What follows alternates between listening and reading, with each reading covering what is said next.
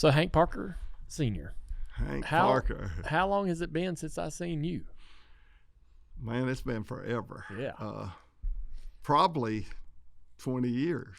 Has it been that long? It probably has. Oh my gosh. Crazy. Yeah, it is crazy. It doesn't seem like it should have been that long. Yeah.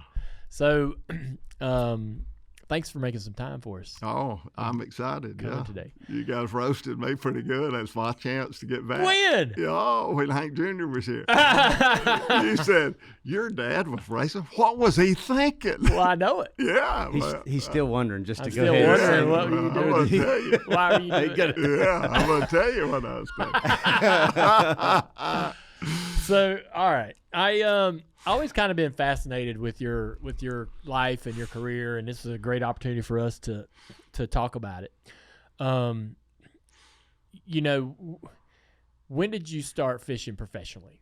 Well, I tried in 1975. I fished my first BASS tournament in 1975, and I realized I was out of my league. I wasn't ready. And it was at Santee Cooper, which is a lake that I was real familiar with. And I went down and conditions changed, and I wasn't able to adapt to the conditions. What do you mean? Well, the water got muddy in the area that I was fishing in the river. Yeah. And so I had to come back down in the lake, and I really didn't know how to transition from what I had planned on doing and the weather threw the curve, and I wasn't able to adapt. Yeah. And I watched these guys. Old Glenn Wells from Greenbrier, Tennessee was about 55 years old at the time, and I was 20 years old.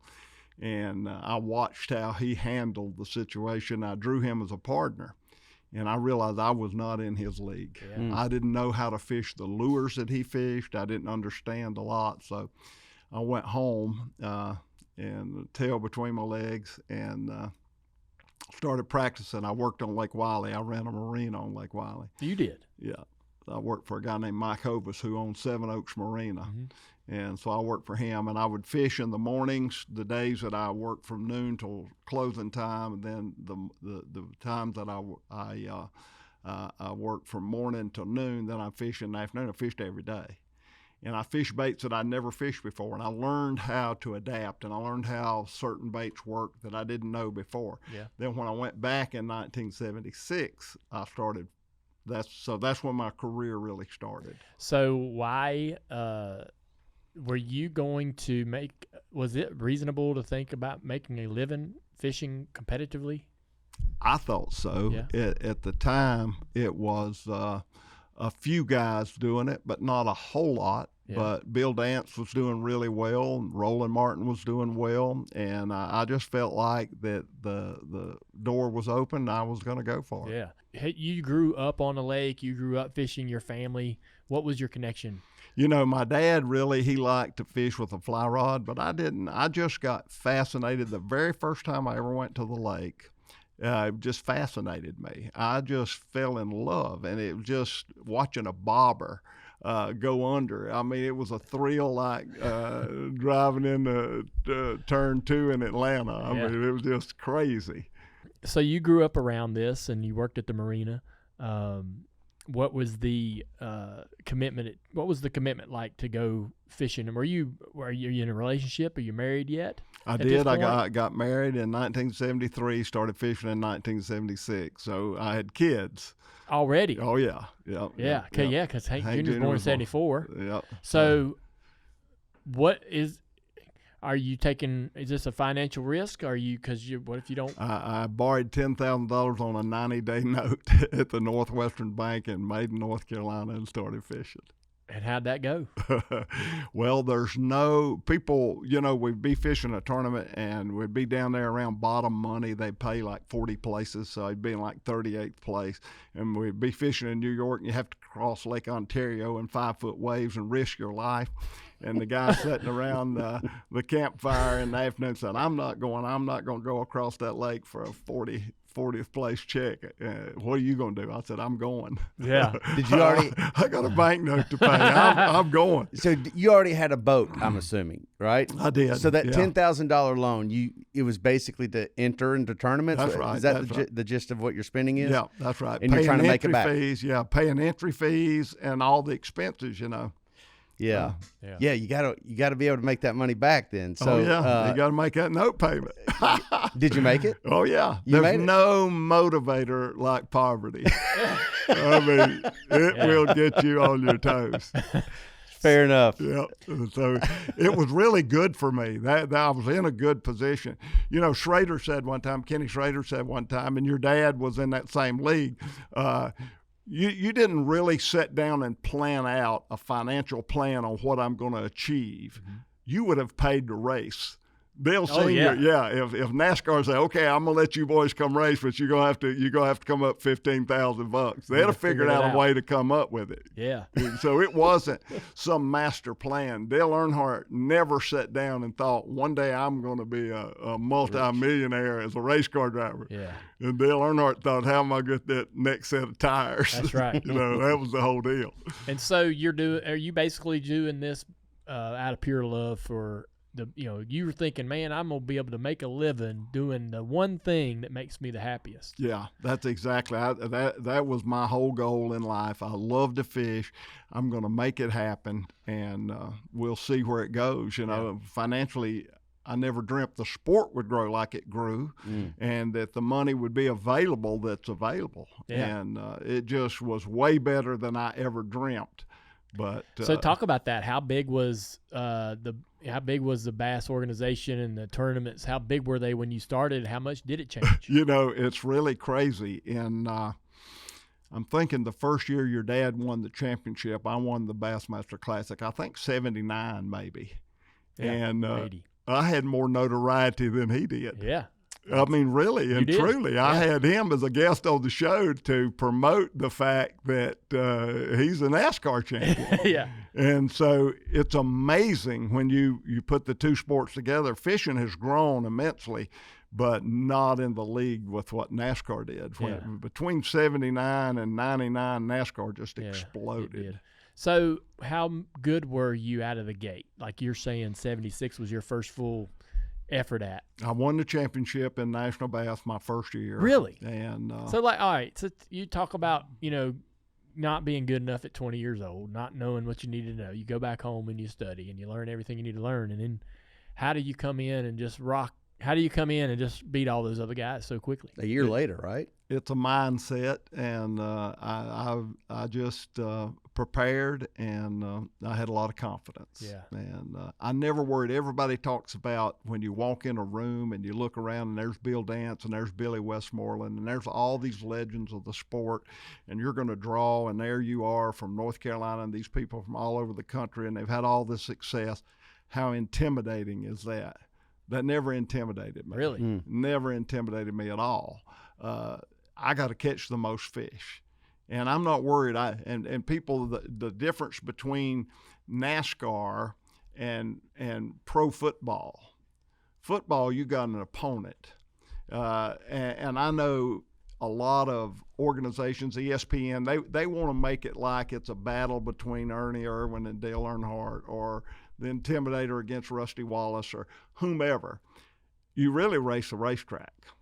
And if you beat the racetrack and you turn the best times, you win the race. Yeah. And it really doesn't have anything to do. Now, you do get into some scuffles. In fishing, none of that happens. In fishing, it's strictly beat the lake. Yeah. You go out there and catch the most fish, and you're going to win. I never beat Roland Martin. I never beat Bill Dance. I never beat anyone. I just caught the most fish, so I won the tournament. But it was and that was my mindset from the beginning. I never worried about this guy or that guy because it didn't matter. Yeah. It's whoever had the most fish, and somebody's going to win. It might as well be me. Yeah. How many tournaments does one have to enter just to be competitive? To be contending for a championship? Yeah, that's a great question. In the old days, they had 6 tournaments. You fish 6 tournaments, and then the Bassmaster Classic. And then it evolved into 8 tournaments and eventually 12 tournaments, and it got bigger and bigger and more. But when I first started, you only had 6 tournaments. Wow. So you only had to there were 6, and those 6 you had to be at. You had to. You could not miss one. No. And so, so the Bassmaster Championship, what makes you eligible to? Is that like, certain winners from each tournament get elected It's to a the point system. Right, it's a point system. It's a point system. Okay, so who all gets to go to the Bassmaster Championship? Okay, you had 250 competitors. Yep. And for each place you fished, if you won, you got so many points, and then it was prorated all the way down to the bottom 250th guy. And so you accumulated points. And so 25 out of the top 250, 25 got to go to the championship. Damn. How many times did you go? Every year? Every year. I never missed. You never missed. And so how many Bass Championships did you win? I won 2 world titles. I was the first guy to ever win everything, which is a qualifying tournament, Bass Angler of the Year, a Super Bass tournament, which was their big money tournament, and the Bassmaster Classic. I was the first guy to ever do that. When did you decide that you wanted to, so I want to tell you, your personality is second to none. Like, you are a fun guy to talk to, be around. I remember when I was much younger how entertaining it was to be in the same room with you. And so, especially with you and Hank Jr. and how you used to razz him and give him a hard time. But when did it dawn? When did it sort of click that you could turn this into, you could become a television personality in your show, right? A lot of people remember you from that show, and still today talk about it. You still create content around that. So when did that start, and how much sense did that make to you at the beginning, right? Were you like, oh man, this is a natural, this makes, were other people doing this? Well, the fishing world was completely different than any other sports world, because you really didn't have enough prize money to make it. Much like racing, you got to have sponsors, and or you're not going to make it on prize money.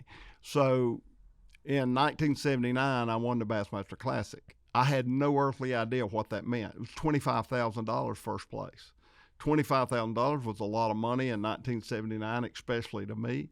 But I had no earthly idea what the opportunities were going to be with that title. Yeah. Mm-hmm. And as I started getting opportunities and realized how much money you could literally make through endorsements and promotions and opportunities, then I saw the light. Yeah. And I said, man, this thing can be pretty lucrative. And so as time went on, I just basically realized that the more publicity I get, the more influence I got on a consumer about buying my product. If I say, hey, I'm Hank Parker, well, they got to know who Hank Parker is. And I recommend you buy this lure. And the more notoriety I have, the more opportunity I have to make money off of that endorsement. Well, as time went on, I kind of exhausted all my relationships with people with magazines and newspapers. I'd come up with all these ideas for articles. Well, you can only do that for so long. So then I thought, well, if I'm going to make more money and I'm going to grow, then I'm going to have to be in control of my own destiny as far as publicity. So I gravitated to television, not having a clue what I was doing. Yeah. But how'd you do it then? Because I mean, like, everybody thinks they could be on TV, whether it's hunting or fishing, but you ended up on getting a TV deal. How do you do it? Well, it really took money, and it took a big risk on my part. Everything that I'd ever earned or made in my whole life, I put at risk, because you had to personally buy the airtime. Then you had to produce your own show. Dang. And so it was a big step. And at that time, we look at these little cameras today that has high resolution that can do 4K, and you can buy one for $4,000. Well, the broadcast networks required you to have an Ikegami 79 camera, which cost $100,000, and then you had to have a recorder. There were no mics. Everything was hardwired. There wasn't any. Of course. Yeah, right. everything was hardwired. Yeah. And so you had wires running up your britches legs, and a guy with a mixer in the back of your boat. It was a big. And so you had to buy all of that stuff. And so it was about a $400,000 investment to get the equipment to edit and to video, and then you had to buy your airtime. So we bartered our airtime. We bought mostly from NBC and CBS and network stations, and we bought different markets around the country. So we did it different from everybody else. And that made it blows work. my mind. I know it. Because that right there is an investment. Now, at what point then, you talked about the endorsements. I would have to assume then you are now attractive to other endorsers. You've got your own television show. Who cares how you had to get it? You got it. And so did that open up to where it started paying for itself, and then people started, rather than you having to buy airtime, you started selling? I had no idea how any of that worked, and so it's all based on cost per thousand, CPM. And to this day. Yeah, and I'm trying to think, what in the world is all of this, and I've got boat sponsors, I've got Ranger Boats, I've got Mercury Outboards, and I've got all these endemic companies, but then we are having people like Chevrolet and other companies start to inquire about, hey, we'd like to sponsor your show and we'll pay you this based on your delivery. And I said, well, how do you determine that? Well, our CPM cost is $27.50 per thousandth, and you're our demographics, and that's what the value is. And so I got a lot of lessons. It was a learning process. I jumped in and had no earthly idea. Somehow it just all worked out. Holy moly, that blows my mind, right? Yeah. So Hank Parker's Outdoor Magazine on TNN in 1985. You had Michael Runnels. Who is Michael? Michael was a guy that was a technical guy for Humminbird who had a degree in marketing, and he understood how it all came together. Yep. And so I got hooked up with him, and he did all the administrative stuff. See, I was still competing. Yeah. And so I've never, this more than anybody else, there's so much business behind the scenes in NASCAR, but that don't matter when you put that helmet on. You can forget all of that. It's about that racetrack and that moment. Yeah. Well, I've got all this business to run. I've got all these sponsors. I've got all this airtime. I've got all these demands on getting shows ready and delivered to certain networks at certain times. And all that stuff is just a big distraction because I got to go fish Lake Toho next week. Yeah. And so I need to have my mind cleared where I don't worry about anything. And I did. I separated my business totally. So I had to have a person that could handle all that.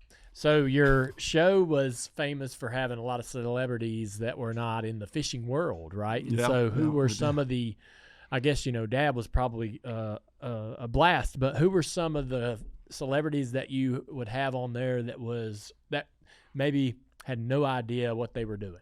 Well, I won't say they had no idea, but my biggest celebrity ever is when Bo Jackson played two sports. He was the first guy to ever get that notoriety and pull that off. And so Nike was running commercials all over television, Bo knows, and it was a huge deal. So I'm sitting in my office one day, and everybody's gone. It's probably 5:30 in the afternoon. The phone rings, and it's Bo. And he asked for Hank Parker. And I thought it was a joke. Yeah. I didn't know who in the world was calling me pretending to be Bo Jackson. But he said, hey, man, I'm going to go fishing with you. And it worked out. It was just so awesome. And he was playing at that time for the Kansas City Royals. And he had a week off, played a doubleheader like on a Tuesday. So the next Wednesday he was off. I was going to Oklahoma to fish on the Verdigris River. So I invited him to come. He did. And we did a show. And Bo was the coolest guy. I mean, it was just amazing. Were those type of people calling you all the time? Hey, I want to go fishing with you. We had quite a few, but, I fished with a lot of football coaches. I fished with Tony Dungy. I fished with Randy White of the Cowboys. I fished with Larry Bird. Bird was a cool guy. Yeah, I bet that was awesome. Yeah, he was cool. So. Yeah. How many times did you have Dad on? We probably fished together about 10 times, and we did about 4 shows together. Really? That's so cool. One of my favorite, I have to tell this on him. He, today, if you were still racing or Jimmy Johnson, let's just pick on Jimmy. If Jimmy was racing and he fell out of the race and all the media was there sticking microphones in his face, hey, Jimmy, what happened? He said, well, we broke a valve spring, and so we were limping around, and we were just trying to get those points that are so important, and we finally broke a crank, and it took us out of the race. He'd give you that explanation. You stick that microphone in Dale's face, and he'd say, blowed up. Yeah.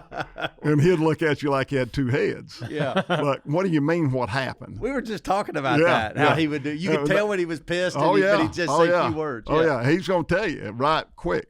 So I was doing a show out at the farm, and Taylor and my daughter Lucy, they were fishing for catfish, and Dale and I were sitting up there watching, and Taylor hung a catfish, and she had a little Mickey Mouse rod and reel, and it was more than Mickey could bear. And their little ears laying all over the pond dam. And Earnhardt looks over at her and says, "Taylor, what happened?" And she pooched that little lip out, and she looked at him with them little beady eyes and said, "It blowed up." End of story. That is hilarious. I mean, the apple don't fall far from the tree. Perfect, man. And as Perfect Billy result. would say, nor does the sap. Yeah.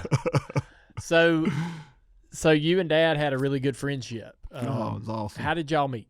Do you know that you would have never had your late model car had it not been for me? Really? You would have never had it. Never had it. We were sitting on the porch at my farm. He and I had been hunting. And he said, these kids want everything. He said, you know, when I was growing up, Ralph Earnhardt said, if you want to race, get out there in the junkyard and get your stuff and put it together. And he said, I'm telling my kids the same thing. If they want to race, I said, but Dale, let me tell you something. When Ralph Earnhardt told you to get out in the junkyard and get your stuff and put it together and go racing, that's what he was doing. He was doing that. He was winning races.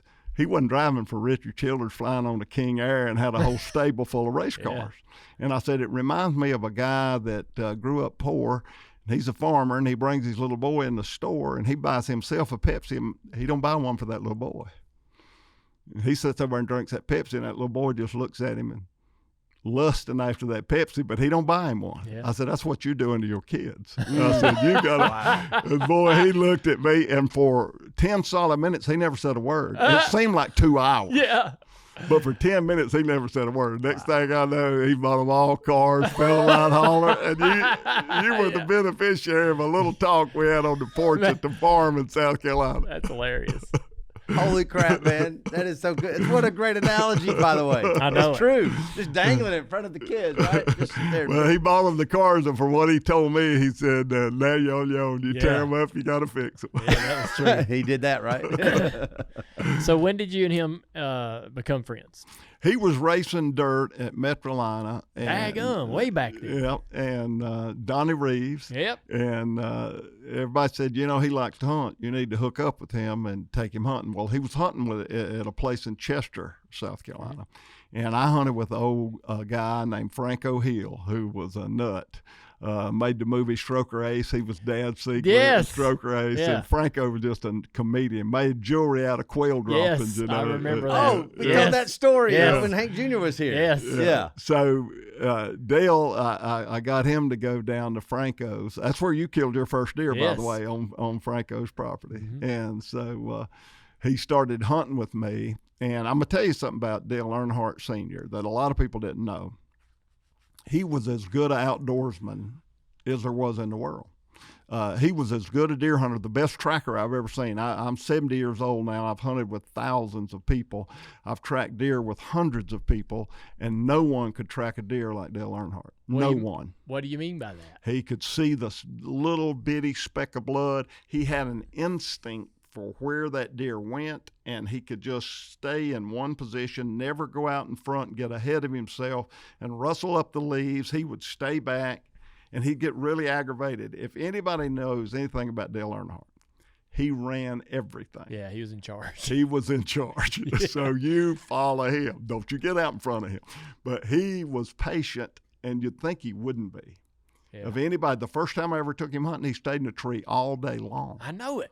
I could not believe that. I know it. Yeah, it just didn't get out at lunchtime. Did not get out, and I went in that tree before daylight and got down in the dark, and it was amazing. And that's that before blew my mind. That's before these penthouse tree stands and everything. Oh yeah, no, this is on a little ladder stand, and sure. it's hardly big enough to get your hind end on, and he sits there all day long. Mm-hmm. Yeah, that amazed me. But he had that same patience in tracking. And he just had this tremendous instinct. He was really, really advanced in hunting. Yeah. Hank Jr.'s or not Hank Jr., but Martin Truex Jr. will do that. He'll get in the stand in the morning and not come out. And I'm like, all right. I mean, I don't know. I got to get a sandwich. But he would, you know, and I'm not telling you anything. You you know the time commitment it takes to be great at anything. But man, when the season started, he was gone. And you know, Teresa was pretty stern and tough, and she had things she expected and depended on out of the relationship and the marriage. But Dad, when that season started to the end of deer season, if he wanted to be in a stand, he was going to go be in a stand. She didn't like me at all. I was not one of Teresa Earnhardt's fans. Yeah, I can tell you that. Because you were the one taking we him were hunting gone and all fishing. the time. We got a deer lease in Texas together, and we had that deer lease. What was Insignia Ranch? Where was it? Piloncilla. Piloncilla. Yeah, it was right out of Cotulla, Texas. And he and I had that ranch for from 1986 until he passed away. And 2 months before he died, he and I sat by a campfire, and we did a handshake deal. We had not been going together. He would always like to go right after the Cup banquet, and I would always like to go. So that was around December 10th or somewhere in that neighborhood, and I'd always like to go in January, go right after Christmas, and he didn't like that. So we ended up not hunting together as much. Yeah. And so he had invited me that same year to go to Silver City, New Mexico, and elk hunt with him. So we'd spent the time up there. So he said, hey, we're going to the Piloncilla together this year. So he went when I went in January. So 2 months before he died, I did a handshake deal that I would never go back to the ranch without him, and he would never go back without me. Yeah. So I left a truck. I left deer stands. As far as I know, he left an old Suburban at the Cotulla Airport, and 15 years after his death, Gene Naquin asked me one day, he said, is anybody ever going to come get that old Suburban? I said, probably not. Wow. You left it. It's all there. You kept your word. Yeah, never went back. That's an Holy amazing story. smokes. Yeah, never went back. My gosh. Wow. If we could go back for a second, you were talking about you met him when he was running dirt at Metrolina. So this would have been about mid-'70s? Yeah, late 70s. Right? Late 70s. Or is it late 70s? The second half of the 70s, probably. I mean, Probably in the middle. Probably Really? 75. Probably Golly. 74. So man, this I mean, would he is a punk. Like he's just a kid. Oh, I yeah. was. You're a new dad, and he is a new dad, and Oh, yeah. No, I wasn't a dad then. well, No, 74. Yeah. It's probably maybe even before that. Yeah. Daggum.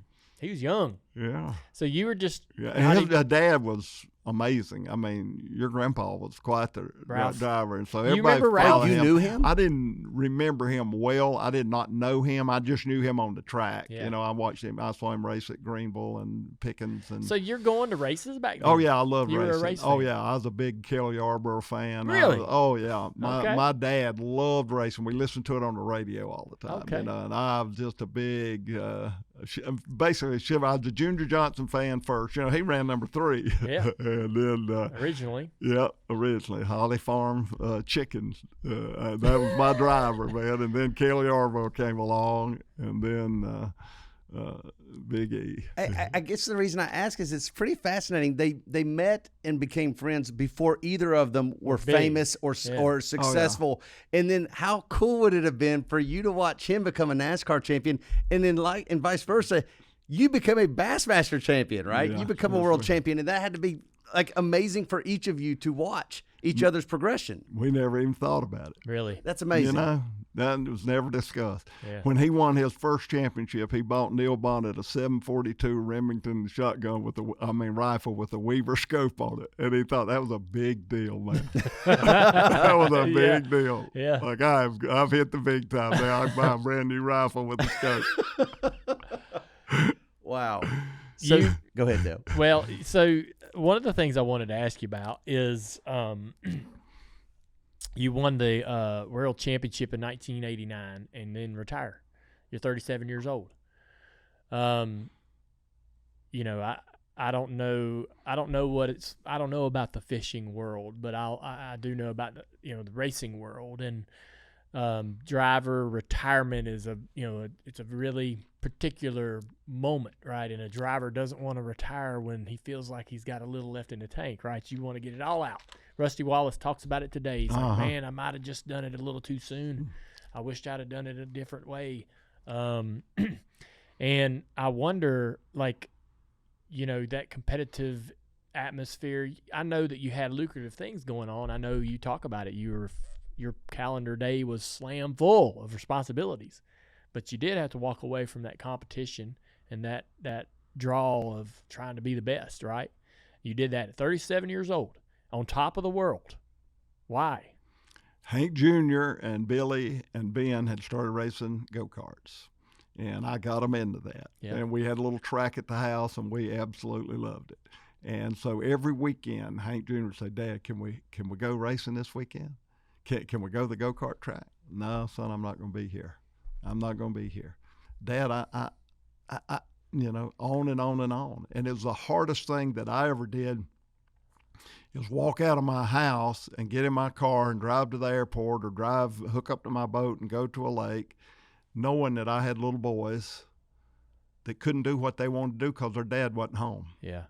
And I cared a lot more about being a dad than I did a professional fisherman. And I told myself, and I told my wife at the time, if I ever get to the point financially that I can be free, I'll retire. And I knew what that meant because I'd won it 10 years earlier, and I knew what kind of revenue, and I was more positioned to capitalize now than I was then, Yeah. So I knew financially I could do it. And I never hesitated. Right. I said, "I'm done. I'm going home and raise my kids." Now, I want to ask you if there's any regrets, because I know there aren't any. Did you miss the competition? Oh, I about died. I had to go to every single Bassmaster Classic after I won, after I retired, because I had sponsor obligations. And it was the hardest thing I've ever done, is sit in that crowd. And I was at the peak. Man, I was better a year after I retired than I was, and I had won 2 tournaments the year that I retired, you know, and I'm sitting there thinking, golly, well, that was hard. Yeah. So after you retired, you still fished competitively somewhat? No. Minimally? No, not at all. You were done. No, I quit. You continued the show, the television show. I put it all into the show. All into the show. Yeah. All right. So when you why did your boys not want to go into professional fishing? I don't know. I was pretty hard on them. I thought when you went fishing, you got 1 pack of cheese crackers and 1 Coke, and you started at daylight and you quit at dark, and you saw how many casts you could make every hour.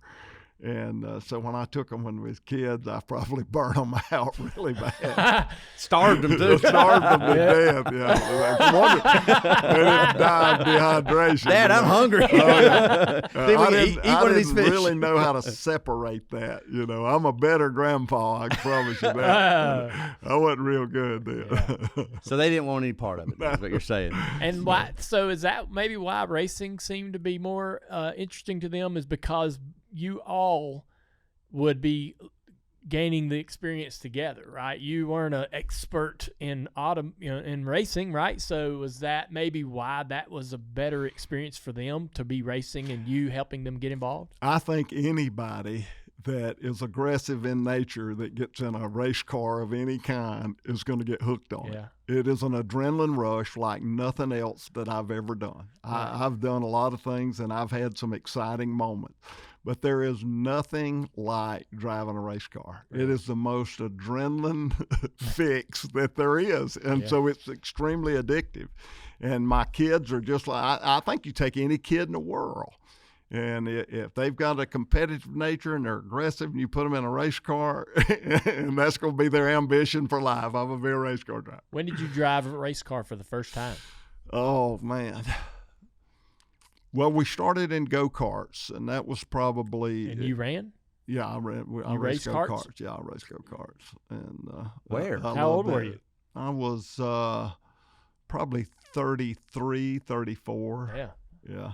Driving in the master's class. Yeah. Where does 33-year-olds get to run go-karts? We raced Millbridge, and there was a place right there in Denver, and it's amazing. Caraway. There were a lot of little dirt racetracks that we went to a lot of them. You've seen Registics on our Junior Motorsports cars this year, especially having a ton of success with their paint schemes, and you probably wonder who they are. Well, if you sell discount appliances or merchandise, you need to get in touch with these guys. Registics works directly with retailers and manufacturers to get you the best deals from the leading home improvement brands. Whether you're looking for great deals on truckloads of customer returns, scratch and dent appliances, or shelf pull inventory, Registics can help you out. They are like Junior Motorsports, a team that knows what it takes to win. And they also have Charlotte Wholesale, an amazing warehouse right down the road in Cornelius, North Carolina, where they sell directly to the public. It's a running joke around here that every time one of our employees goes in there, even when they're there just to work an event, they leave with something. We recently unveiled the Registics paint schemes for 2026 on all of Junior Motorsports' social channels. And I'll be excited to see if we can match the success that we had in year one. Last year, they won in their very first race as a primary sponsor on one of our cars, which happened to be the Pocono race with Connor Zillich and the number 88 team. I was the crew chief, and I'll never forget it. We had a blast celebrating in Victory Lane with Phil Grant and the entire team. The good luck for the Registics scheme carried on with them picking up another win with Connor at Watkins Glen, and then they finished in the top 5 in 5 of their 6 primary races. They've been amazing to partner with, and they do a lot for the fans. They had a incredible fan event that they hosted at their headquarters with all of our drivers back in September, and they also offer fun giveaways throughout the season. We're proud to partner with Registics. They center their business around building long-term relationships, which is something that we put a lot of energy into as well. They've proven that they're invested in your success and know that when you win, everyone wins. Unlike the other guys, when you partner with Registics, you can trust that they'll do what they say they'll do. For reliable inventory and fair and consistent pricing, visit Registics.com. That's REGISTIX.com. So you ran a lot of dirt go-karts, and then what? What I want to bridge that to this NASCAR Busch deal. Well, the way all this whole racing is back on that front porch where I told Dale Earnhardt that he was depriving you guys of having an opportunity, and he decided he's going to get y'all some Townsend cars, was it? Yes, it was. And back on that same front porch, and you were there. And I got to tell a story. You and Hank Jr. were pretty rough on me, so I'm gonna get rough on you in a minute. I imagine what this is about. Well, I got to tell hilarious. it. But anyway, it was on that front porch that somehow your dad and my son came up with your old orange late model car, your old street stock car. Yeah. And that's where Dad, y'all bought that car. Unbeknownst to me, Earnhardt told me. He called me on Monday. He said, "Have you got a car hauler?" I said, "A what?" He said, "A trailer. If you got a trailer, they'll put a car on." I said, "Well, I got a farm trailer. All my tractor's on." He said, "Well, bring it over here and bring me a check for I don't know how much money it was." I said, "For what?" He said, "You'll see. Just come on." So that's what I ended up with. And that was the beginning of Hank's racing career. Of Hank's and mine as well. And yours. So I'm not going to let you got a street stock too. Oh, yeah. I got me a street stock car. Yeah. I remember now. Yeah. Hank Jr. So I took that. I had built this car. That car, I loved it. It was a great little car. I raced it a lot. And the last race I run in it, 200 lapper on New Year's Eve. And I'm leading with like 30 to go, and I busted the spider gears. Used to weld them up. Oh, yeah. I welded them up, obviously, and they busted out. But the damn car was a good car. He takes it. Hank Jr. won a handful of races with it. He did. He did a great job. He did. He ended up rolling it on the back straightaway. Concord. Yes. Yeah, that's right. What a great racetrack that was, and how awesome it was. What happened to that car? What happened to that car? Yeah. I ended it when he rolled it. Yeah. Did you put it behind the shop, or is it over in the junkyard somewhere? Yeah, I think Jim Cook or somebody wanted it to strip it for some parts that was on it. So I think that's where it find went. that thing. That'd be cool. You said you were going to tell a story on me on that front porch. Yeah. What was it? Yeah, we've gone hunting. And so Dale Sr. says, he said, "Where's Junior going to hunt?" I said, "He's going to hunt with you." He said, "He ain't hunting with me. He's going to hunt with you." I said, "Okay, I'll take it." So I put Dale Jr. over here in a tree, and I said, now, if you have any problems, I'm going to just go climb a tree over here and just wave, and I'll come to you if you have any problems. Well, I didn't even get to my tree stand. He's walking about across the field. He's got his gun, and it's a bolt action, and he's beating on that bolt. And I'm saying, whoa, wait a minute. And he's beating on the bolt. He won't stop. And so I finally get to him, and I said, hold on, what's wrong? He said, I can't get the bullet in this gun. I said, well, just hold on, let me see it. And I said, Dale, he's already one in there. So what did he blow himself up? Right. Got that thing just going all over the place. So now he said, when I was racing, what was I thinking? What was you thinking? Yeah. I will tell you too. We were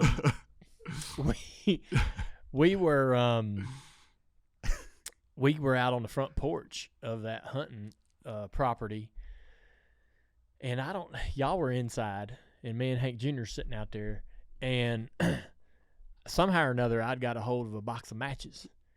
Or a booklet of matches, and I was sitting there lighting these matches just because they smelled good or whatever, right? I'm just piddling. We'd been kicking around ant hills and all kinds of stuff, right? And it was like 10 minutes later, Dad comes outside on the porch, opens the door, and he goes, "The hell y'all been burning?" Me and Hank were like, well. You get scared to death, like freaking out scared. And I can't lie, right? You get caught in a lie, you're in big trouble. So I'm like, I just playing with these matches here. He's like, and he goes, he went off angry about like, you gonna burn the whole dang club down. What are you playing with fire for? That's a good question, actually. And he finally goes back inside, and me and Hank sat there and we're like, how in the heck did he know we did that? Because we couldn't smell it. Right. But boy, he could smell. He's tracking you. He could smell that match from 10 minutes ago. Right. And me and Hank are sitting there going, how in the world did he know we were doing that? Yeah. Or that I was doing that? And I thought, man, we're in big trouble. But so y'all raced. Did you race the street stock? And what was Hank Jr. obviously had some good success. What was your experience? Well, we raced street stock, and then we gravitated. He went to late model, and I went to super late model. And super late, I got to race against Jack Spraggs and Freddie Query and Rich Bickle and some really cool guys. And they had open carburetors. You didn't have to be restricted. Yeah, you run whatever you want. So I ran a big 800 Dominator, and man, that thing was bad to the bone. Yeah. It's on new tires. You could come out of, Concord didn't have a turn 2. Yeah. Come out of 1, you had that dog leg. Yeah, and then you went into 3, and man, you could light it up. Man. It was an adrenaline rush like nothing. And I could out-qualify. I remember I out-qualified them all one time. Spraggs was on the outside. I started on the pole. And it was probably – Hank Jr. was way back. He was probably 8th or something. And Toby Porter was there, Bickle, Freddie, Jack, the whole 9 Freddie yards. Query. Yeah. Freddie Query helped y'all a bit, especially Hank Jr. Yeah, he did. Yeah, he went to work for us. And I think I led 10 feet. Maybe 12, and Spraggs passed me going into 1, and then Freddie, and then Bickle, and then Toby. But 2 laps later, Hank Jr. passed me, and when he passed me. Oh, he waved at you. Yeah. He waved at you. About 15 laps later, he passed me again. He waved at you again. Yeah.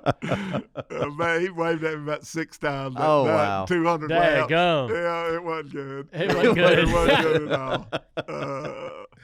That's hilarious. All right, so I think we're all curious on how this ended up with the Rockingham car, right? Yeah. So that was cool. All right, so you end up buying. Did you buy a Busch car from Dad? I did. We built a couple of Busch cars, and I bought a couple. Your dad had bought a car off of Kenny Wallace. Uh-huh. Yep. The only race that Dale Earnhardt did not make in the Busch Series was at Richmond. Yeah. And his stuff was heavy. Yeah. And Kenny Wallace had built this Busch car, and Dale knew if he was in that car, he'd have won the race easy. So he bought it. Yep.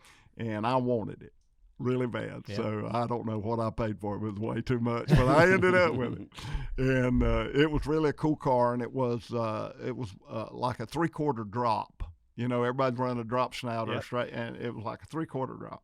And so I wanted to race Rockingham. Rockingham's going to be your first Busch race. That's going to be my first Busch race. So I'm gonna go race Rockingham. So Buddy Baker was a great friend of mine, and I got Buddy to go with me. And I had driven at Rockingham with his dad, Buck Baker's driving school. That's right. And they kept wooing me back. You know, they said, "Man, you can't do that. You got to slow down." So I wanted to go, man. It was an adrenaline rush. So I got Buddy, and Buddy got all the stats, who qualified on the pole and what the speeds were on the race the year before. And I went out there and made probably 400 laps. Went through about 5 sets of tires, spent about $20,000 out there that day fooling around. But I was fast enough to make the race. Buddy said, "Hey, you're going to make the race easy. All you got to do is be cool. Don't drive into 3 too hard. That's what's hurting you. If you just slow down, getting into 3, you're going to come off 4. You're going to make this race good." Yeah. I mean, you're going to be in the middle of the pack, and that's back when 50 and 60 cars was trying to make a 34-car field. Yeah. So I felt pretty good about it, and when I got out there and practiced, I was decent, and that was back in the days that you could run Goodyear or Hoosier, and you made your choice. Well, Hoosier had a better tire. Faster, yeah. Yeah, they had a faster tire. So I was up there, you know, in the top 15 or 16 cars, and I did not understand how much you lose from new tires to 3-lap old tires at Rockingham. I did not understand that at all. And so I tried to carry the same speed on 3-lap tires into the corner that I carried 1-lap or 2-lap tires. Yeah. And it is amazing, you know that way better than I do, how much those tires fall off at Rockingham. Yeah. And I had no idea, and Steve Grissom was taped up making a mock qualifying run. I didn't want to mess him up, so I tried to pinch that thing down in 2 and keep from hitting Grissom, buddy. And when it let go, I mean, it let go. I hit the outside wall and then back on the inside wall, and I tore my little car up. So I didn't get to race. What'd you do? And we packed her up. Your dad came to me. I was in the infield care center, and he said, "Boy, you better get your butt back to Concord before you get skinned up." Is that's the one where Hank Jr., when he tells the story, he looked at you because he had. I remember him not necessarily roasting you. I thought he was saying that you know no fear and you don't really feel pain. But when he looked at you, you were you banged up a little bit in that wreck, right? Really, I was way more banged up in a wreck at Concord than I was there. I didn't get my feelings were hurt more than anything, but I did get a little blow there. But it was so disappointing. What happened in the wreck at Concord? Oh, man, that was a Big Ten race, and I had my late model car, and we'd be going in carrying a lot of speed into 3, and a guy named Dan Furr got under me and pushed me head on into the turn 3 wall, and Hank Jr. was leading the race. This was on lap probably 75, and Hank Jr. was leading the race. And when he came by, the whole body was gone off my car. It wasn't nothing but a cage. You know, we ran those fiberglass bodies, and the whole body came off, and the whole top roll cage is mashed down to the steering wheel. Daggum. And Hank Jr. came by, and he told his spotter, he said, "Boy, I don't know who that is, but I bet they're not all right." And when he got back halfway back around, they said, "That's your dad." Well, he's trying to stop on the racetrack, and my radio, you know, I can't get to my helmet. All that stuff's torn off. So I motioned him to go on because he was going to stop on the racetrack. Yeah, he was going to get out. But he was leading the race. I didn't want to mess him up. Yeah, but he knew you were all right when you motioned him on. Man, that would have been terrifying. Yeah, it was a terrible wreck. I mean, it was a bad-looking wreck. Well, you tried to make the race at Rockingham, Martinsville, Hickory. Hickory's tough. Yeah. Good grief. Yeah. I missed the race there in '97. I had run a late model car a little bit at Hickory. Yeah. And man, that Busch car was like an Army tank. Yeah. And I hit my same lines that I did in a late model car, and oh my goodness, that thing went to the wall so fast. I mean, it was like pushing like a freight train. I did the same thing at Myrtle Beach. I'd never ran a Busch car, right? So we were going to go test at Myrtle Beach in 1996 to get ready to run that race. And that same year, my very first Busch race. And I mean, you could carry that late model motor down into the corner on the throttle, right? Wow, all the way down into one. And first lap in this Busch car, I'm like, I know the track, grip's there. I go around 3 and 4, feels good, down the front straightaway. I lifted maybe a car length before I lift on that late model just to be sure, and I was way too far down in there. Right up to the turn 1 wall, almost knocked the wall down. I was like, okay, these things don't. I'm going faster than I thought I was. It's heavier. It don't stop. It's nothing like when you're in the middle and you realize, well, I've drove her in too deep. Yes, now I'm going to pay a price. Yeah, I bet. So was Dad supportive in convincing you to continue to try this? No, he said, you're an idiot. What are you doing? Really? You're crazy. You better get that fishing rod, get back out of the lake. What are you doing? Really? When I bought the Busch car from him, I have to tell this. We went to Martinsville, and Richard and Leo Jackson had the track rented. And Harry Gant was there, and your dad was there, and it was that car that he had bought from Kenny Wallace, and he had it painted up, and it was all 3, and so they ran for a good little bit, and then your dad kind of showed me the line, and so I went out there and I ran. In whose car? In Dad's car? The 3. Oh, wow. And you would never know it was. Right. I mean, I'm in the 3 car, you know. Yeah. So Harry Gant was impressed. I was running some pretty good laps, and Harry Gant told Leo Jackson, he said, come out here and look at this fisherman run this car. And so I made a lap. Old Leo said, that ain't that fisherman. That's Earnhardt. And so the next lap I spun out, and Leo said, yep, that's that fisherman. Then we had some outdoor riders that were there, and they wanted to interview me. And they said, now, are you going to run? Well, I'd already ran 15, 20 laps and spun out 3 times. I said, I don't know if I am or not. They said, yeah, we've never seen Earnhardt have so much trouble. That's hilarious. He don't know this. He never knew. I threw him under the bus. I said, yeah, it's kind of making me nervous. Oh, my God. Oh, wow. So you bought some cars from Darrell Waltrip. You bought ASA cars from him, an all-pro team, engines from Dad. He had Darrell had Western Auto were sponsoring for whatever reason they wanted to cut back. He had a Busch team, ASA, and all-pro. I bought everything but his Cup team. So I bought his Busch team, his ASA, and his all-pro. Yeah. And so you were going to run some, Junior was going to run some of this stuff? Neil Bonnet was going to drive some of your car. Really? Yeah, he was our guy. You were going to own a car and field it for Neil. Neil was going to drive it, yeah. And so what happens?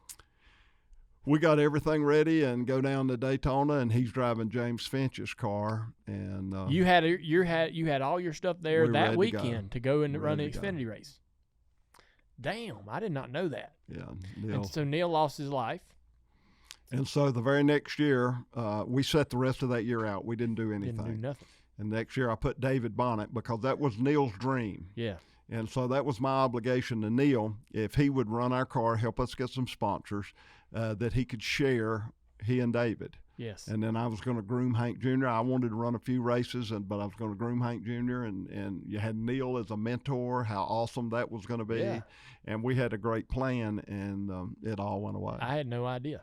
It all went away. And the assumption here is just that Neil Bonnet, you become friends with Neil Bonnet through Dale. Oh, yeah. And that y'all have been on hunting trips probably together at that point. Yeah. So you and Neil, when do you think you met Neil? Because this is something also I did not know.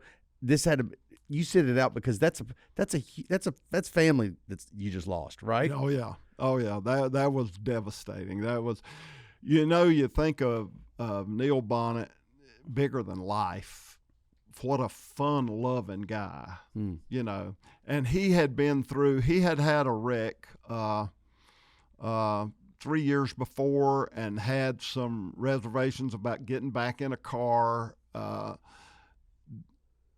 Big E helped him regain confidence, and it was just devastating. It was the saddest, devastating moment, other than Big E's wreck at Daytona that I've ever experienced. It was just a really sickening, sad situation. And of course, it changed the whole direction of what we were doing and how we were doing it and what was going to happen. I mean, everything went away, and we set that year out. And that particular year, the budget to run Busch was about $1 million, and so we go back the next year, and it's like $3 million. Yeah. And now the car count's gone from 45 to 75. It's just crazy what happened. And so everything in our whole life changed, and it all centered around losing Neil. I mean, when I bought that team, that was a big part of what we were going to do. Yeah. You know, you were going have a mentor. Yeah, and you were making, had everything went the way you wanted it to go, you would be an owner in NASCAR, right? Oh yeah, owning a full team, and man, I had no idea that you had that. You know, you had mapped this plan out that was what was going to happen. It's all trying to get ready for Hank Jr. Yeah, it was all trying to get ready for Hank Jr. and then Billy. You know, and so I was just trying to be as prepared as I could be, and you know, you look back and the way things work now, if you would have taken your money and gone to Rick Hendrick or somebody and said, hey, you know, I'll sponsor my own kid's car, and it would have been a much better plan, but I didn't even know that was available. Right. You know, we're just trying to build what we had. Yeah. You would eventually do that, though, and you'd build a full team for Hank Jr., and y'all would manage it and run it.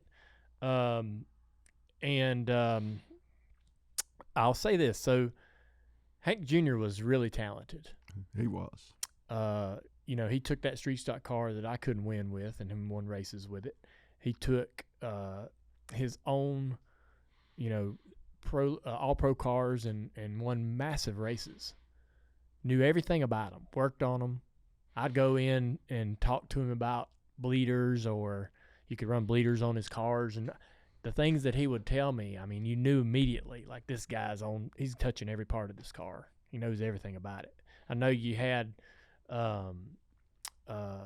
some help from some very smart people in the business, but they tutored and taught Hank. He was there working, which was pretty fascinating.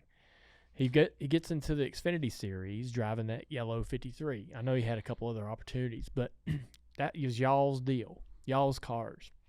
And y'all would go, almost won Homestead, almost won South Boston, run third to me and Jeff Green. That was incredible.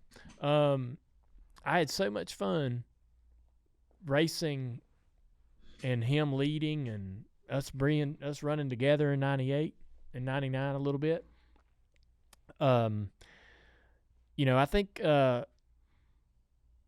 did you first, I guess, see true potential in Hank Jr.? I think it was Louisville, Kentucky. I think it was Louisville. And we walked the racetrack. And Lesterfield. He runs the NASCAR All Pro weekly series. He runs the weekly series now. Okay. He's head over like all the weekly NASCAR touring stuff. Okay. Yeah. At that time, he was the director of the All Pro Series in NASCAR, and so he insisted that all the rookies get out and let's walk this racetrack. Mm-hmm. And he said, guys, there's been 3 drivers here who lost their life. This is a treacherous racetrack. When you come into turn 4, you're coming downhill off of 3. And this thing will put you in the wall at high speeds, and you will lose your life. So rookies, listen to me. We're here to learn. We're not here to win. Get that out of your mind and follow and learn. This is going to be a learning experience for you. Absolutely don't think you're going to come up here and master this racetrack. This is a tough one. So we walked the track and walking downhill, and it's intimidating to me. And I told Hank Jr., I said, boy, this is crazy. Now, I hope you listen to Mr. Lesterfield. And he said, I'm here to win, Dad. Oh, wow. I didn't like that. Wow. I was spotting for him, and man, he burned that place up. And we led the race. And when he came into the pits with about 80 laps to go, he ran over the air hose. So that put him in the back of the field. Actually put him a lap down. Put him a lap down. So under green, he made his lap up. And then the caution came out. Everybody else pitted except 4 cars, and he didn't pit. So he's running fourth with about 20 laps to go. So I'm watching, I'm spotting for him, and I'm watching the times, and I'm telling him, I said, if you don't mess with these lap cars, you can win this race. And he came around and passed. I'm trying to think of the guy. He had Slim Jims for a sponsor, but he was Mike Cope. Mike Cope. Mm-hmm. Mike Cope was leading the race. And on the back stretch coming down to take the checker, he passed Cope on the outside and brought it through that downhill turn and won the race. Wow. And it was the most exciting thing I've ever seen in my life. Yeah. I thought, oh, my goodness, this is crazy. But it was exciting. And then I realized, this kid's actually a pretty good race car driver. Yeah. That would be a good indicator. That right there, that would Yeah. be the moment. Yeah. Yeah, that was a good one. Yeah. And that was fun. He went to Salem, Indiana, a very intimidating racetrack, sat on the pole, ended up winning the race. And we just had some great races in the All-Pro Series. Yeah. Everything changed when we got in the Busch Series. I mean, because of the car count and because of all the pressure of all the money. Yeah. And But I'll say, when Hank Jr. did get into the Xfinity Series, he overachieved. You know what I mean? I mean, he really did. I mean, it presented him opportunities. He would go on and land rides in the Xfinity Series and the Truck Series and have a pretty solid career. When you think back over Hank Jr.'s career as a father, but also as someone who is heavily involved in his path, what is your leading emotion? It was good times. I don't regret any of it. I remember we were at a crunch time, and I'm doing the books. I'm sitting at my desk, and we're trying to get a sponsor, and I just got the phone call that they were not going to get on board. And so Hank Jr. sitting there looking at that spreadsheet, and he said, Dad, if we didn't get this sponsor, that means you've lost everything you've ever worked for your whole life. And I said, oh, no.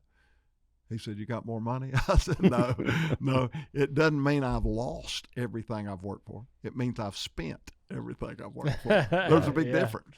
There's a big difference. Yeah. I didn't feel like I lost it. I invested it for the right reasons for him and for my other boys. Yeah. And it just worked out that we didn't make it. Yeah. And so we had to move on. But so Billy raced. So I talked to him one day. He's racing over at Hickory, winning a lot of races in a late model stock car. And he was telling me about his barrel springs. And so back in the day, Mike, we were running coilovers. And a barrel spring could do a little bit more traveling, and it was just a little smarter of a spring. And I guess my point is that between Hank Jr. and Billy and their racing experience and their racing, they were more hands-on than you would think. More into how the car's set up, doing a lot of this work themselves, not afraid to get their hands dirty, and two, like to not have this legacy of racing in generations through the family. They understood why a component worked the way it worked. They knew race cars. They sounds did. like They really did. right. And Billy ends up getting a opportunity to race for Rusty Wallace. One of the best looking race cars I think I've seen in a long time. Had flames on it, number 66. Duraflame. That's right. Yeah. Good looking race car. Yeah. Painted side skirts. One of the first cars that's out there with just painted side skirts on it. Yeah. Really good looking. And run good. I remember a race at Vegas. Billy had more talent. Billy was super, super talented. Rusty was a great driver. Rusty was not a good owner. Yeah. If you start up a team and you got a rookie driver, you don't really need a rookie crew chief. Yeah. And he brought a crew chief up who had no experience at all with Infinity type cars. He was a late model crew chief. Yeah. And there Billy comes out of a late model car and puts them on. It was just. Well, I remember them having some good moments. Las Vegas was awesome. Vegas was awesome. Yeah. And, If they had had a good pit stop, he could have won Vegas. I agree. I mean, it was really, really a good race for him. Yeah. But after that, it went Kind of downhill. Yeah. So it's fascinating to me looking back that they got the opportunities they had, and they were again, like, they were moments where you could see, like, really this could be pretty good. Did Hank Jr. and Billy ever share a racetrack together in the Xfinity series? Because I always remembered, I thought Catfish is. I remember that Rusty Wallace announcement, and I couldn't remember if it was on the tail end or after Hank Jr.'s deal. But it was Hank Jr. was still racing. They raced together in Memphis. Both had the Marines for sponsors. Hank ran the 53 car, and Billy ran number 7 car. Okay. And it was pretty cool. That is cool. Yeah. Right. And Hank Jr. ran really well. Could have won the race. He got tangled up with your brother. Okay. And he was actually leading the race, and with about 12 to go, and got tangled up with Kerry, and he didn't fare real well. Yeah. But it was he ran awesome. Billy ran decent, not great, but decent. Yeah. When the racing program ends, right? How does that come to a stop? Well, Hank Jr., Billy, when he wrecked at Chicago, Dr. Petty said that he'll never race again. He said, make it clear. Billy, I'll never clear him to race again. And then Hank was going to run the 1 car, and Pennzoil was the sponsor. What was Billy's? Was Billy dealing with concussions? Head trauma. Yep. Head trauma. And Hank had some of the same experiences. He did. Yeah. He did, but not nearly as severe. Really? I did not know that. Yeah, Billy was. I didn't know Billy's was that Billy's bad. got a very, very quick wit. Yeah. And for probably 6 months after the Chicago wreck, you'd see his wheels were turning, but he never would come up with anything. It was just like a Rolodex going round and round and round. It was scary. Yeah. But then Hank Jr., when that whole 1 car went away, he ended up signing with Roush. And he was going to run the 99 car. Jeff Burton was going over to run for Childress, and Hank was going to run the 99 car. Well, Carl Edwards came out of the truck series, and he was going to run the Busch car. And I'm trying to think who his sponsor was, one of the auto parts companies. They wanted Carl to run the 99. And so that put Hank on the sidelines because of the sponsor demand. And so he was testing cars and was making a lot of money for what he was doing. And he was testing cars for Matt Kenseth and for Mark Martin for a while, and for Bill Elliott. Yeah. And he enjoyed it, but it was very demanding. And then they raced Dover. No, not Dover. They raced Pocono, and then fly to Nashville to run the Busch race. And so Carl Edwards was going to do flying back, and something happened weather-wise, and they couldn't get back. And then Hank wasn't at the racetrack, and so Jack mandated, or I don't say Jack, somebody at Roush Racing mandated that they have to be there for both the Xfinity race and the Cup race. And so now he's testing cars Monday, Tuesday, Wednesday, and he's got to go Friday to the Xfinity race, and then leave there and go to he's never home. Yeah. So he said, I'm not doing it. That was it. That's it. That's why he quit. And I'm assuming he had kids by this time, right? He had kids. He said, and not to offend me, he said, Dad, I'm not going to do what you did. I'm going to be home for my kids, and if I have to live under a bridge and we all have to be in a sleeping bag, I'd rather do that than to live in the Taj Mahal and never be home. Yeah.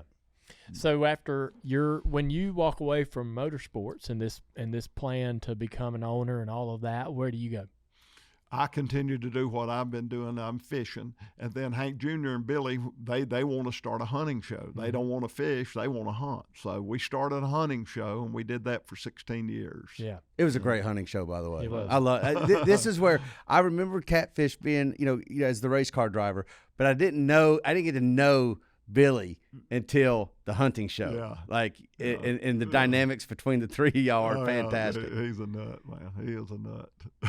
And you guys produced that all yourself? We did, yep. Yeah. Yep. So I had plenty of experience by that time. I'd already been in television for 15 years, so Right. I know. That was pretty easy. We're driving through Denver, North Carolina, and Denver's got like this one street, big long street, and we're driving by this building, and Hank Jr. goes, "You see that little strip mall right there?" And he's like, "Yeah." I was like, "Yeah, I see it." And he goes, "That's where we do all of it in that building right there." Is that right? Oh yeah. I mean, it's a really nondescript sort of building on the side of the street, and along all the strip malls in Denver, North Carolina, and I don't know how many square footage it is, but y'all still work out of there today. Well, we moved. I moved my operation down. I live in the big city of Union, South Carolina. Yeah. So Yep. You're down there. Yeah, we sold all that out in the big city of Denver. So and moved Denver's to gone. South Carolina. Denver's gone. So you and y'all get into the hunting show. So deer hunting, that's kind of where I feel like I connected with Hank Jr. the most in the outdoorsy world. And y'all did take me hunting for my first couple of successful hunts. Saved your life. Saved my life several times, I'm sure.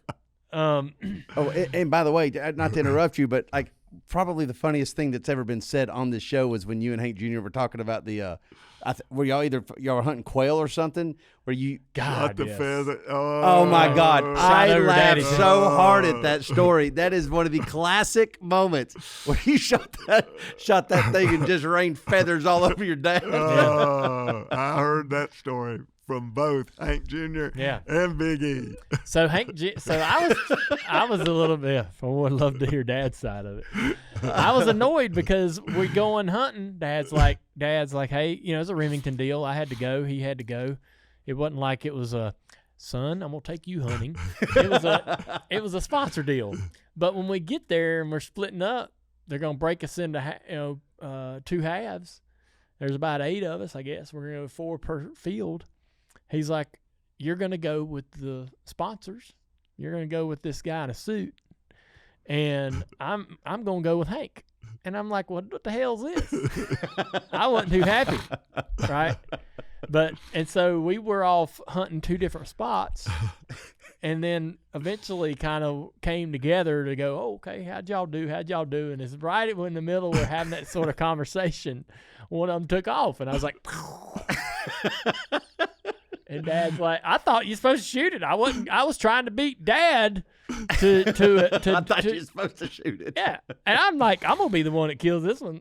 Yeah. I was gonna shoot it for anybody else. But none of them ever lifted their guns up. And I was like, there's safety He was not courses happy. that have been inspired by a bunch of stories. I mean, whether it's loading a gun or where you aim a gun when you're hunting in groups, that there's been inspirations done just from these hunts, right? Oh man, Big E's all about safety, and he's all about following his instruction. He is the leader in this deal. If his gun didn't go up, your gun should have never went up. That should have been enough, right Yes. there. Right Oh, man. that's where me and him butted heads. Oh man, I imagine. let me tell you something about your dad. He was hard. He grew up hard. He didn't have an education, and he was embarrassed by that, and he never would talk about that, but he was the smartest individual I've ever known, smartest businessman I've ever known. He and Hank Jones pioneered the souvenir business that NASCAR has today. They built the foundation. Earnhardt was a brilliant, your dad was a brilliant man, smartest man I've ever known. It's crazy. He was very private.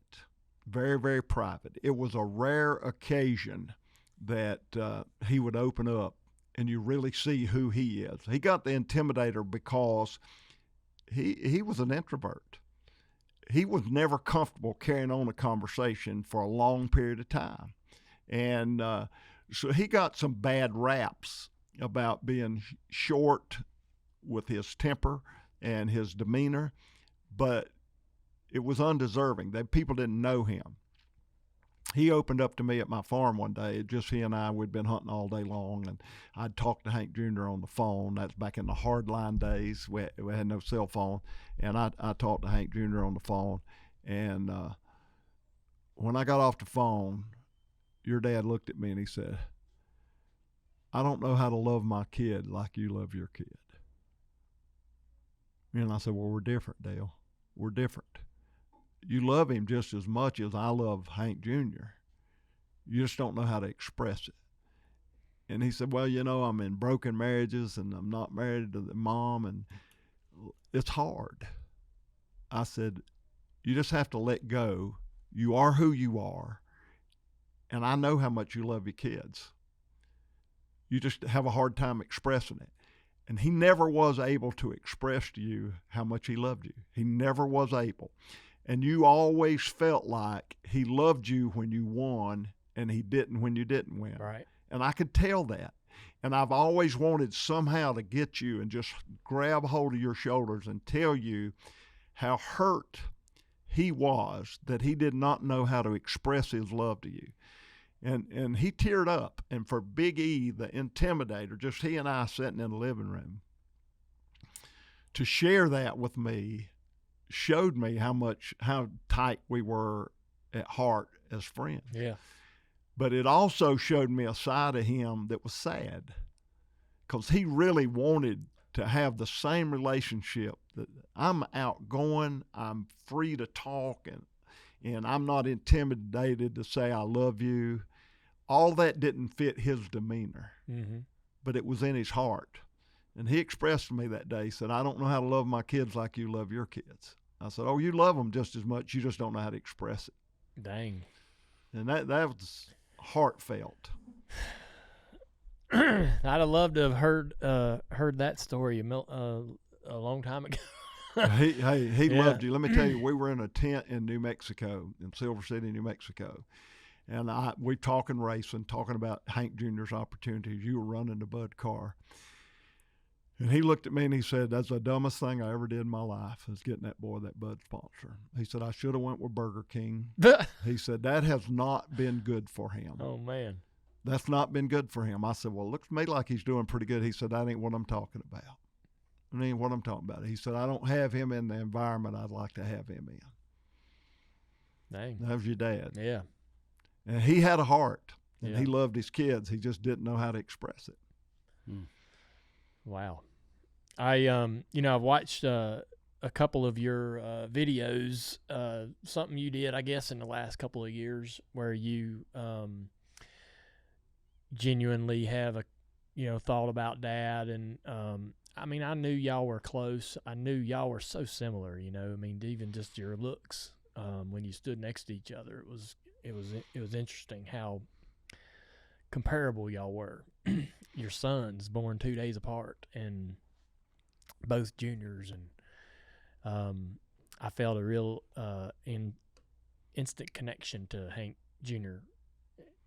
that we would just be buddies no matter what, right? But I saw this video a couple years ago, or I saw it just recently, but I think you made it in the last 2 years, where you got really, you're standing at this tree stand.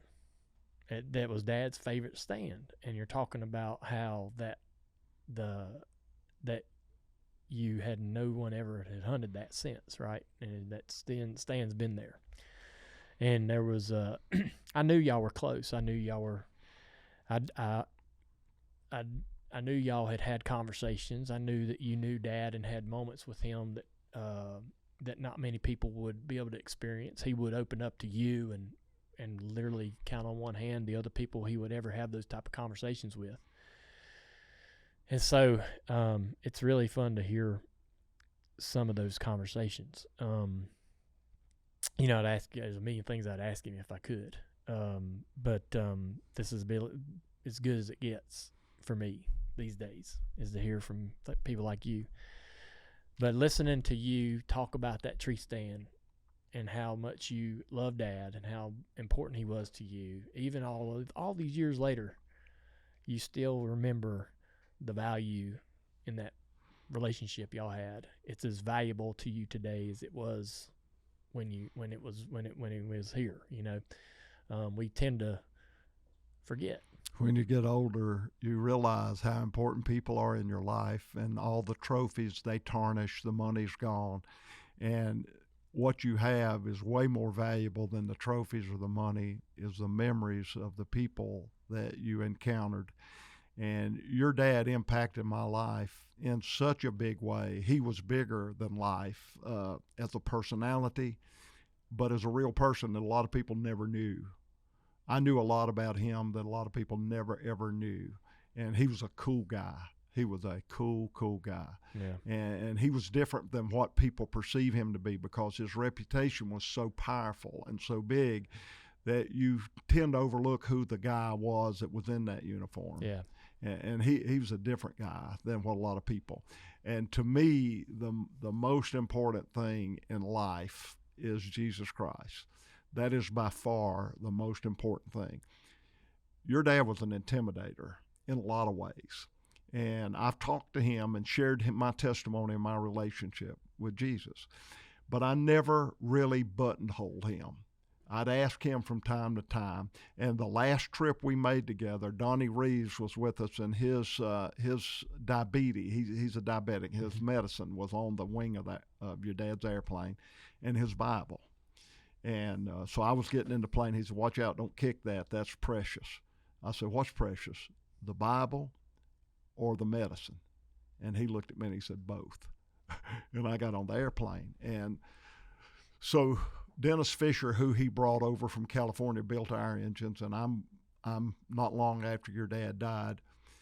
I'm sitting in a chair at dinner, Dennis Fisher, and he said, "Boy, we miss our buddy, don't we?" I said, "Dennis, I can't tell you how much I miss him. I cannot tell you. I had no idea the emotions that down inside of me on how much I love Dale Earnhardt." And I said, I miss him. I said, "But I don't know about Dale. I never buttonholed him. I never had him, Dale, tell me when you got saved. Tell me if you're saved." I never did that. And Dennis Fisher said, "Well, I want to put your mind at ease." He said, "He was sitting in the chair you're sitting in. I'm sitting right here where I'm sitting." And I said, "Dale, what's going to happen to you if they scrape you up off the wall? Where are you going to spend eternity?" And he said, "Dennis, I'm going to heaven." And he said, "Dale, why in the world would you go to heaven?" And he said, "Because I asked Jesus Christ to be my Savior." And I believe that's true. And I believe Dale Earnhardt's in heaven. And I believe I'm going to sit around with him around the big campfire, and we're going to have stories for the rest of our lives. Yeah. Yeah. No, I believe that too. You know, I've never, I never really, obviously didn't have these kind of conversations with Dad, that you did or that Dennis did. But I always felt like Dad had, you know, that was important to Dad, you know, his relationship with the Lord and our dedication to that. I mean, those things, he incorporated that into his kids' lives. That was important for him, that they understood that relationship. And but I feel pretty good about that myself, that I'll see him again. You know, I always you know, people deal with loss differently. People deal with that however they got to deal with it. I really don't give people advice on that, but you pick what you want to pick, right? What you want to believe. But I think, you know, that I'll see him. I spent a little bit of time missing him. Certainly there are days when, even yesterday, we were sitting here talking about something, and I was like, man, I'd love to ask him about this. But I just know that I don't have this feeling in the back of my heart that I don't have this sort of constant missing. Man, I miss him. Because I know I'll see him. I just know it. I know that I'll see him. I know he knows where I'm at. I know he knows what I'm doing. I know he knows we're sitting right here doing this. And I'll see him again, you know. And I hope that I remember all the things that I need to ask him. Oh, you will. You will. It'll be good time. Yeah. Yeah, but you won't ask if you'll listen. I'll be listening. You're saying he'll be in charge? He's going to be in charge. There's no doubt. He is in charge. He'd tell everybody where you go sleep. Mike Collier was his pilot, and we go on that elk hunts or where we're going is to put Parker in that tent, put him right there, put so-and-so right here, put the campfire right there. No, don't put the campfire there. Smoke will get in the tent. Put it right there. Yeah. You know, I mean, he's going every detail. You know, I remember what it was you were thinking about, and this would be fun to actually ask Hank about. And that is, you were curious about like his business sense of buying the boats. His, Sunday money. Yeah. And I mean, you can go ahead and ask it. Yeah. Well, I I always wondered, he was, as you say, he was very smart with his money and smart with business, but owning a yacht doesn't seem like a very smart business move, right? And I've done some research on the cost of running and maintaining a yacht annually. It's ridiculous. Like, it makes no sense. It's one of the things that that Dad did that didn't fit everything else he did in a financial way. And I would love to ask him, like, why was that? Was that just one of them things where you're like, okay, I'm just this isn't gonna make sense financially, but this is what I want to do? I'm assuming that's probably the answer, because like you say, everything else he did made really good sense. And he never made real bad decisions in financial money decisions and investments. But with a yacht, there's no way you can make sense of that. He didn't have enough time. Had he had the time, somehow that was going to tie into a profitable business. I don't know how. Right. You think about an airplane. Yeah. This throwing money away. Yeah. You buy an airplane. Well, he built Champion Air and made a fortune off of it. Champion Air turned out to be a heck of a deal. Yeah. So Champion Yacht Sunday money would have somehow, he just ran out of time. Yeah, you might be right. Oh, yeah. It would have been a profitable deal. I don't know how. You're 100% right. Everything- Of course. Well, why are we even doubting? Of course there was an answer somewhere. It would have been an awesome deal. You think, God, how did Dad see that? Man, who would have ever thought the yacht would be a big investment that paid dividends? Yeah. But it would have. Right. Did you ever go on those fishing trips with Dale and like Bill France and any of those? Like, because we hear about those stories. Yeah, I hated the saltwater. The best story I've ever you? heard is when they put the 5-gallon bucket on Hank Jones. Have y'all heard that story? No. Oh, it's crazy. They'd all caught a marlin, but Hank, and it was Hank's turn. They drew straws for who fights the marlin. So Hank had drank some Coronas with some lime, and I think he had a lot more Corona than he did lime. And, he was pretty ripe, and so they put a bucket and they got the captain in on it. So when you sped up the boat, man, that bucket just about pulled you out of the fighting chair. It was so hard, and so they would get that, and they'd tell Hank. He said, "He's coming up, and Hank would be really, really tired, and he'd close his eyes, and of course the bucket was in there, and they'd say, "Oh, I saw him. Did you see him? I saw him, Bo. And it's a bucket. It was a 5-gallon bucket. Oh my God. But they would say they saw him, so Hank was too proud to say, "No, I didn't see him." He'd have his eyes closed. "Yeah, I saw him. But keep fighting him. He fought that bucket for hours. He was just dragged. And he was so tired when they got it up on the boat, and he realized it was a bucket. He said, "I get you, Bo. Someday I'll get you, Bo." He was so wore out he couldn't even argue with them. That's hilarious. That is funny. That's funny. That reminds me of that trick that the Real Tree guys, Bill Jordan, did on Kerry Earnhardt when he crept up on that with that buck Bubba and it, fake deer, and it was a decoy. Yeah, Bubba Buck. And he put that arrow, placed that arrow right at the kill shot, and then he's like, "I didn't even move." That's funny. Oh, that's hilarious. I put saran wrap over the toilet one time we stayed together. Who's we?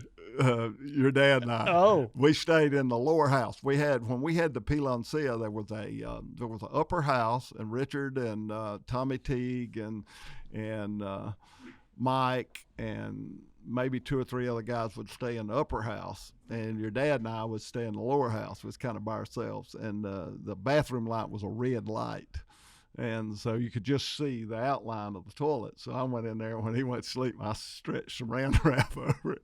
He peed all over himself. It was hilarious. Anybody else would have quit. He just sat there and danced all the time. He he didn't know what was going on. That's hilarious. It turned out to be a mistake. He got me back. How'd he get you back? Oh, I can't tell You can't that. tell that? I can't tell that, man. He got me good. Must have not have been just the fight in the bucket. You must have done something. No. Must have been, It was worse. It was worse. It was a Damn. bad deal. That is one thing that I would not want on my conscience is Dale Earnhardt's going to get me back, and I don't know how. oh, man. Like Yeah. I would like pulling the prank on him and then having to wait and see what he's going to come up with. Holy smokes! Terrifying. I had a old high rack truck at the deer lease, and so I was coming into camp one night, and I had no idea your dad was anywhere around, and he came up behind me. I mean, he hit me like a ton of bricks, and I had to steer left and drive through a barbed wire fence, keep him turning over because that old truck was top heavy. He thought that's hilarious. So I've spent the next day fixing fences while they all went hunting. So the next year we're back, and I bought an old van out of Mexico that had a high rack on it, and I was going to scrap the van. All I wanted was the high rack. So Donnie Reeves and I, we were going to go hunt close together, and your dad went further down into the ranch, and so Donnie killed a deer that night. So I got down early and drove over and helped him load that deer in the old van. Well, that old van didn't have any lights. It was just a piece of junk. Wouldn't hardly run. And so we're coming back, and right in that same corner where your dad had hit me the year before, I see the dust coming. And I said, Donnie, you got your seatbelt on? He said, no, why? I said, because here comes Earnhardt. He said, oh, my gosh. He buckles up. We get up there, and I'm watching. I can see because the sun, I'm traveling east, and the sun's behind me, and I can see about the time he's going to get me. And Tommy Teague had a brand-new Suburban, and Dale borrowed it. So when he got real close to where he's going to put the bumper on me, I locked that thing down on a dime. I mean, he hit me like a ton of bricks, boy. It bent that bumper. Had a winch on the front of it, bent the bumper in the ground so he couldn't back up and get away from me. So it blew the tires out on that old van. The whole back end was pushed. Golly. So I'm going to turn him over. That's my objective. God. And the tires were spinning with inside the rim, and I couldn't get enough leverage to turn him over, but I caught the ladder on the side of that new Suburban that just peeled the sheet metal off of it. And the only way he could get back to camp is he had to back up because the bumper was sticking in the ground. That's he came hilarious. in there, and I'm eating dinner. And he said, Parker, you ain't got a bit of respect for sheet metal. I said, Earnhardt, I'm sitting here in Victory Lane, buddy. I ain't never seen you looking at sheet metal in Victory Lane. Oh. He got me back. So good. So good. Hey, I've got random questions I need to ask, but it has nothing to do with your dad. Go ahead. All right. Number one, the house needs painting. The grass needs mowing. Where's he at? Yeah. My dad would kill me if I did not ask the origins of the song that carried your show and has been so. Even you made a hunting version of it for the hunting show. Yep. Where did the song come from? I had a producer named Bill Landers. Bill's awesome guy. He's passed on. But Bill and I were great friends, and we just started. And he said, hey, we need a theme song. And I said, okay. He said, I can write the music, but we need to get somebody to write the lyrics. So we're walking in the bathroom at the Charlotte airport, and I'm standing at the urinal, and I said, you ready? He said, ready for what? I said, the lyrics. I said, the house needs painting and the grass needs mowing. Where's he at? Gone fishing. And I wrote it standing there. Oh my God! Bathroom. You got to be kidding! That song, that song right there carried me through childhood and everything. Had no idea it was written at the urinal. I thought, what a genius piece of writing this is. This is put this right up there with Tim McGraw and everybody else. That This came is right off the cuff. It took me about 3 seconds to prepare for it. okay. So there. You go. Thank you for answering that. Second, I just would love. We never get to talk to somebody that is a Bassmaster champion, know these tournaments, but in the last year or so, even people that didn't follow fishing or don't just follow it religiously get introduced to the fact that there's cheating in fishing because of these two cats up in Ohio. The thing that was really profound about it is we didn't have to follow it to realize for that moment when hearing the reaction of the other fishermen, how personal it was. You could feel it. It was their soul. Oh, yeah. And so I just have to wonder, like, what was your reaction? And is cheating, we love talking about it in NASCAR. We think you got to talk about it. I mean, what makes you good. But, like, is cheating part of fishing? Not this at all. much? Not that was a walleye event. Walleye, for whatever reason, they're not very hardy fish and they're not very durable. And so when you catch them, put them in the live well, 90% of them are going to die. When you have a weigh-in, 90% of the time they're deceased. In bass fishing, you get tremendous penalties for having a dead fish. So you rarely ever see a dead fish. If there's 1,500 fish weighed in a tournament, there may be 2 dead fish. And it's vice versa in a walleye event. So it's a whole lot easier to stuff lead down a dead fish than it is a live fish. And if you stuff lead down a live fish, he's probably going to die. Mm-hmm. So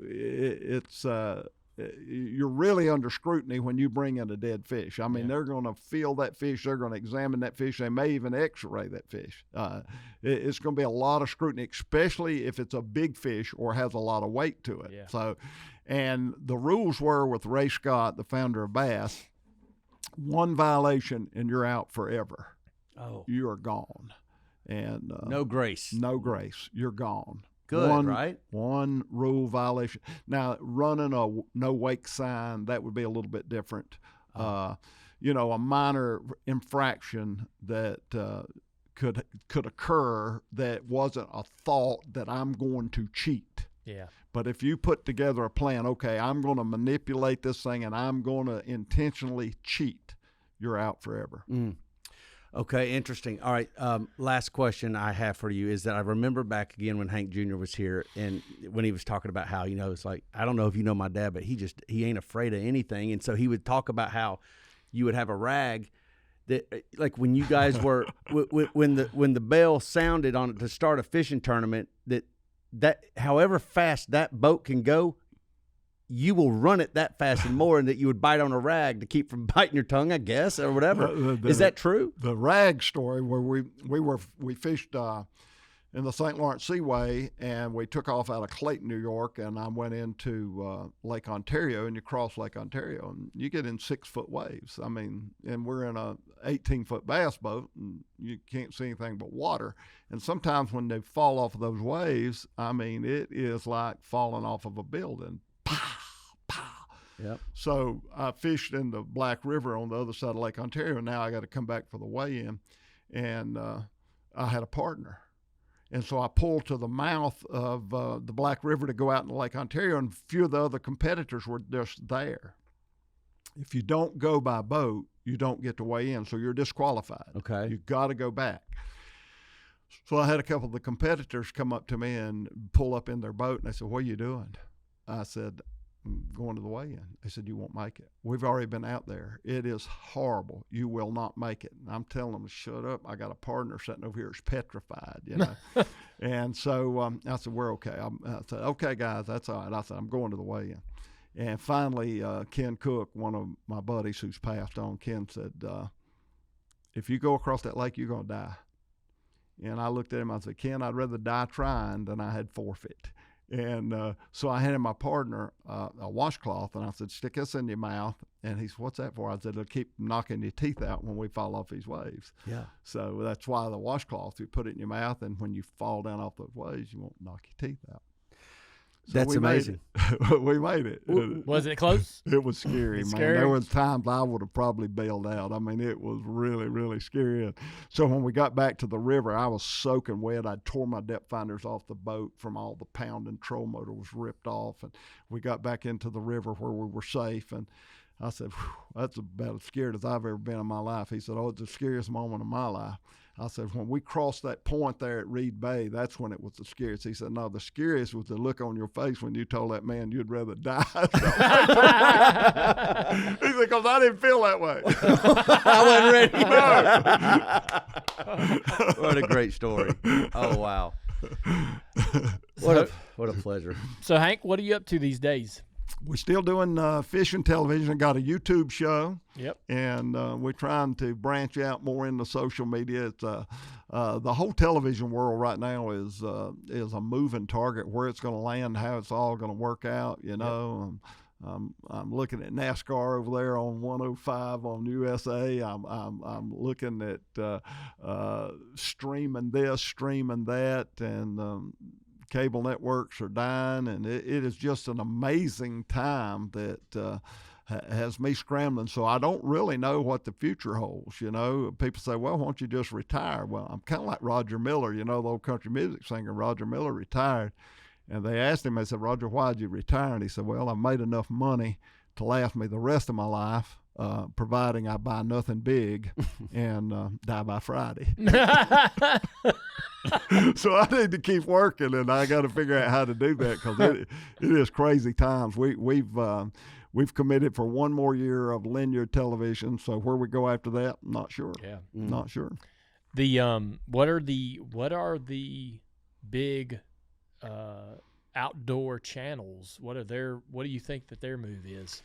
You know, their avails. Let's take the Outdoor Channel, for example, which was the leader. Their availability to homes was about 44 million, and they're down to about 18 million. Yeah, they're half. And so who knows where that's going to land up. And I tell people, a lot of the budget that I've drawn off of for the last 40 years, guys with mohawk haircuts that are painted green that turn a double back flip and over sensationalize everything about the outdoors, they're getting 4 million followers, and every time they post something they get 80,000 likes. And yeah, I don't know where that's going to go. That I just don't see that lasting. You know, they don't have any knowledge on why this fishing rod performs the way it does, and they don't know any of that stuff, and yet they're the influencers on all this product. So where is that going to land? I don't know. Yeah, it's crazy. Well, do you still enjoy it? Do you still enjoy creating? Yeah, and I like a challenge. I do. I like a challenge. Yeah. So I got one, and we'll see how it works out. How often do you still get to work with Hank Jr., Billy, and them? I talk to Hank Jr. and Billy probably 2 or 3 times a week. Yep. His two boys, Boone and Cade, are hooked on fishing, so they think I walk on water. No, and, that's nice. I go up and fish with them as often. They got a new boat 2 weeks ago. Really? And they're all fired up. So Yeah. I've been up there. And Now, how old are they now? Cade is 12 and Boone is 17. See, that's Dang. amazing. That's why I asked, because I still look at. I know Hank I know. Jr. when he started having kids. I mean, I still just look at him as like 2, 3, 4 Yeah. years old, just getting started. But no, they're teenagers now. Yeah. Yeah, and they got a boat. That's awesome. And Billy, I was looking at land and stuff down in South Carolina, and I think he's in realty, isn't he? Oh, yeah. Yeah, he's doing commercial real estate, and Yeah. he just got his own franchise for National Land and Realty, and he's got the Statesville area all the way up into Virginia, just got his broker's license in Virginia, That's awesome. and so he's doing really well. That's He good. likes that. And Ben and Lucy? Ben is selling building material. He sells these high-end summer porches and doing good, and Lucy is doing weddings photography and all kinds of photography. She enjoys that. Awesome. And then my youngest son Timmy, yeah. he just got a little boy and just turned a year old. So I did- Yeah. what? Yeah. What? Yeah. I remember. loving life. Boy, you've got to wait. Who is?